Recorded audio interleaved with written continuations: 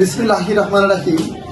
Hello viewers, আজকে আমি আপনাদের মধ্যে নতুন একটি টপিকস নিয়ে আলোচনায় আসছি। আজকে যে টপিকসটা আমরা আলোচনা করব সেই টপিকসটা হলো পার্টস অফ স্পিচ। আমরা জানি পার্টস অফ স্পিচ 8 প্রকার। 8 প্রকার পার্টস অফ স্পিচের মধ্যে ভার্ব একটা পার্টস অফ স্পিচ। ভার্ব এমন একটা পার্টস অফ স্পিচ যেটা অত্যন্ত গুরুত্বপূর্ণ। আমাদের English first paper, second paper এবং কি আদার্স যে বিষয়গুলো রয়েছে সেগুলো পড়ার জন্য অবশ্যই ভার্বের বিকল্প নেই।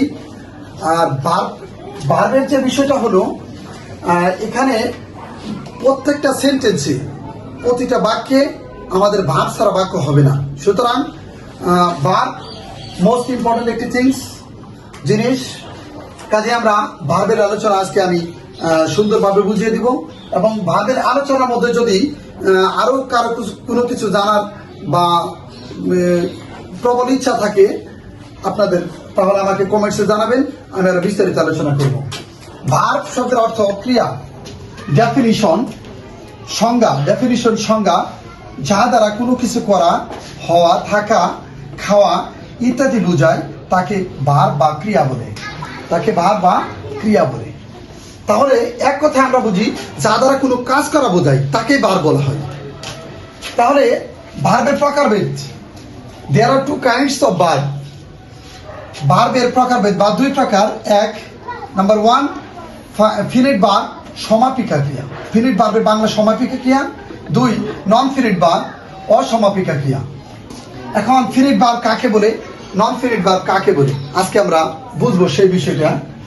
এখানে ফিনিট ভার্বের নাম্বার 1 লিখেছি আমি, ফিনিট ভার্ব যা দ্বারা বাক্যের বক্তব্য সম্পন্ন হয়, নাম্বার, পার্সন ও টেন্স অনুযায়ী বিভিন্ন রূপ ধারণ করে, তাকে ফিনিট ভার্ব বলে। তাহলে অত্যন্ত গুরুত্বপূর্ণ একটি কথা এখানে আমাদের যে আজকের এই যে আমি একটি বাক্যে ফিনিট ভার্বের সংজ্ঞা দিয়েছি। ফিনিট ভার্বের সংজ্ঞার মধ্যে অনেক আমাদের জানার, বুঝার এবং শিখার অনেক কিছু রয়েছে। নন ফিনিট ভার্ব আমরা এখন পরবর্তীতে আমরা ফিনিট ভার্ব আলোচনা করব। নন ফিনিট ভার্বের সংজ্ঞাটা আমি বলে নেই।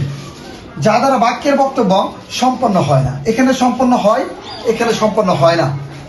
নাম্বার, পার্সন ও টেন্স অনুযায়ী কোন রূপ ধারণ করে না, তাকে নন ফিনিট ভার্ব বলে।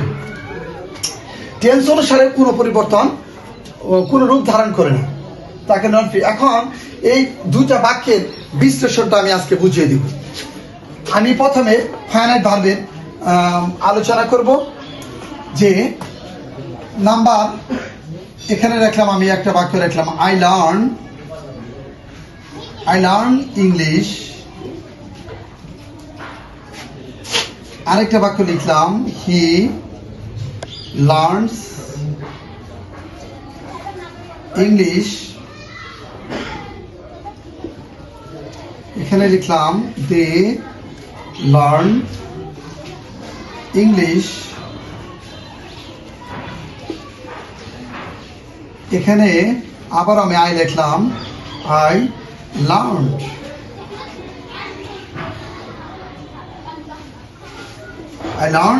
ইংলিশ। এখানে 4টি বাক্য লিখলাম আমি। 4টি বাক্যের মধ্যেই আমি আজকের এই বাক্যের ব্যাখ্যা বুঝিয়ে দিব। এখানে যে বলেছি যা দ্বারা বাক্যের বক্তব্য সম্পন্ন হয়, এখানে আই লার্ন ইংলিশ, আমি ইংরেজি শিখি।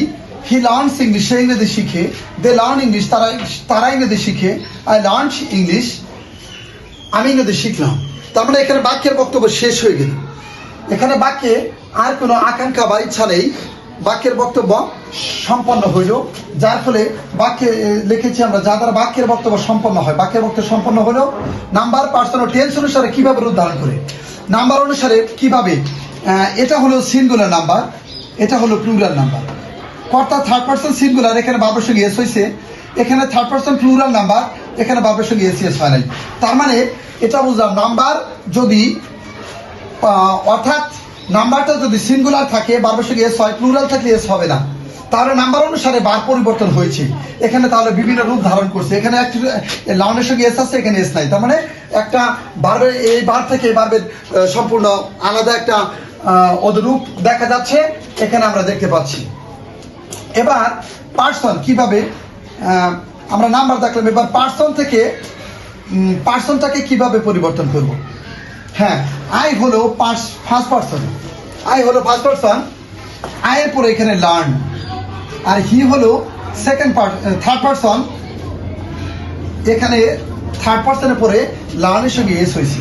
আমরা জানি যে কোনো বাক্যে যদি সাবজেক্ট ফার্স্ট পার্সন থাকে তাহলে এখানে ভার্বের সঙ্গে এসিএস হয় না, এখানে থার্ড পার্সন যদি সাবজেক্ট হিসেবে বসে ভার্বের সঙ্গে এসিএস বসে, তাহলে এখানে এই ভার্ব আর এই ভার্বটা দুইটা ভার্বের মধ্যে তফাৎ রয়েছে, ডিস্টেন্স রয়েছে, যার ফলে এখানেও ভার্বের রূপ আমরা পরিবর্তন দেখতে পাচ্ছি।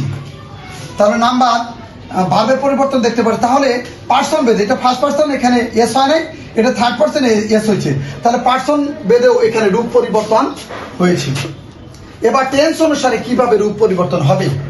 এখানে আই লার্ন ইংলিশ, এটা present indefinite tense.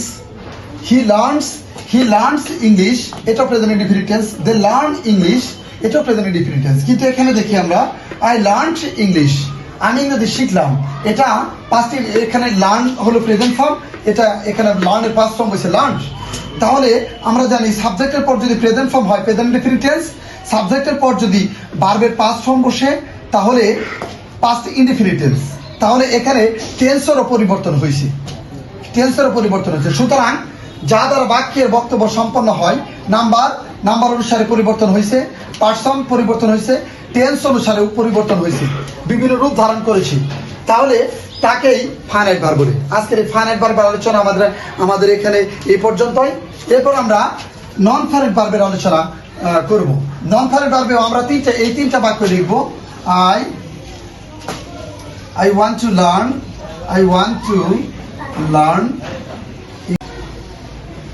I want to learn English, এখানে লিখলাম he wants to learn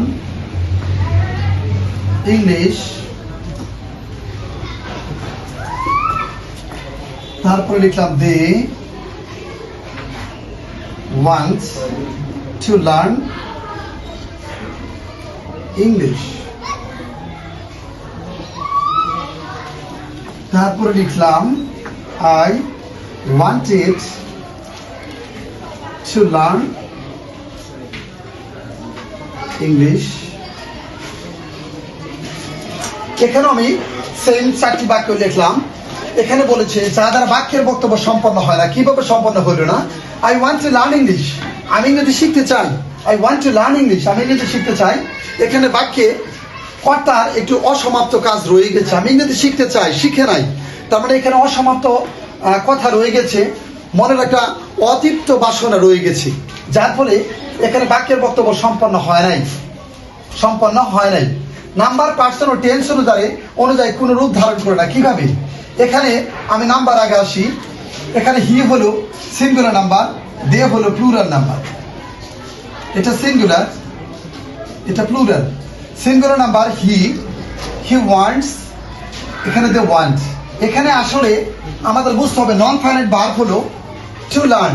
প্রতিটা বাক্যে আমরা টু লার্ন দেখতেছি।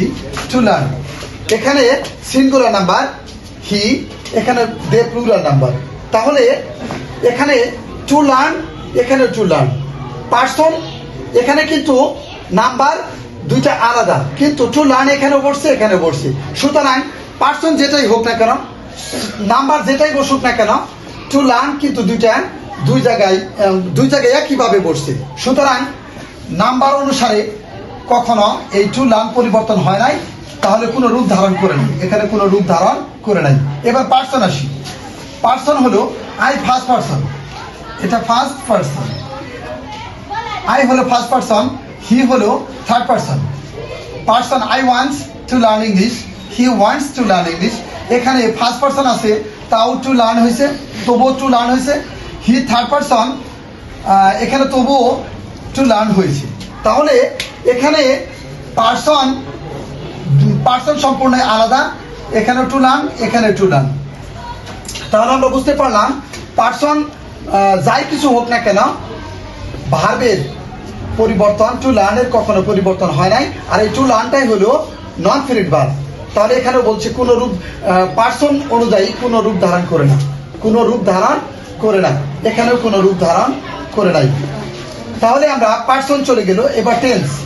I want to learn English, present indefinite tense, এটাও প্রেজেন্ট ইনডিফিনিট টেন্স, এটাও present indefinite tense. I wanted to learn English, এখানেও কিন্তু টু লার্ন, এখানেও কিন্তু টু লার্ন রয়েছে। তাহলে এটা প্রেজেন্ট ইনডিফিনিট টেন্স, এখানে পাস্ট ইনডিফিনিট টেন্স। তাহলে টেন্স পরিবর্তন এখানে হয়েছে, এখানে হয়েছে, কিন্তু টু লার্ন এখানেও রয়েছে, এখানেও রয়েছে। টু লার্ন, এখানে টু লার্ন পরিবর্তন হয় নাই, সুতরাং টেন্স অনুযায়ীও কোনো রূপ ধারণ করেনি। তার মানে আমরা এটা বুঝতে পারলাম, টু লার্ন হলো নন ফিনিট ভার্ব, টু লার্নটাই হলো নন ফিনিট ভার্ব। পার্সন নাম্বার যাই হোক না কেন, পার্সন যাই হোক না কেন, টেন্স যাই বসুক না কেন, এখানে টু লার্নের কোনো পরিবর্তন হয় নাই, সুতরাং এই টু লার্নটাই হলো নন ফিনিট ভার্ব। আজকে আমাদের এই বাক্যের সমস্ত ব্যাখ্যাটা আমি এখানে এই দুইটা বাক্যে আমি উদাহরণ দিয়ে আমি বুঝিয়ে দিলাম। ইনশাআল্লাহ আমি আবারও আসবো ভার্বের পরবর্তী অংশ নিয়ে। ধন্যবাদ সকলকেই। Thanks everybody.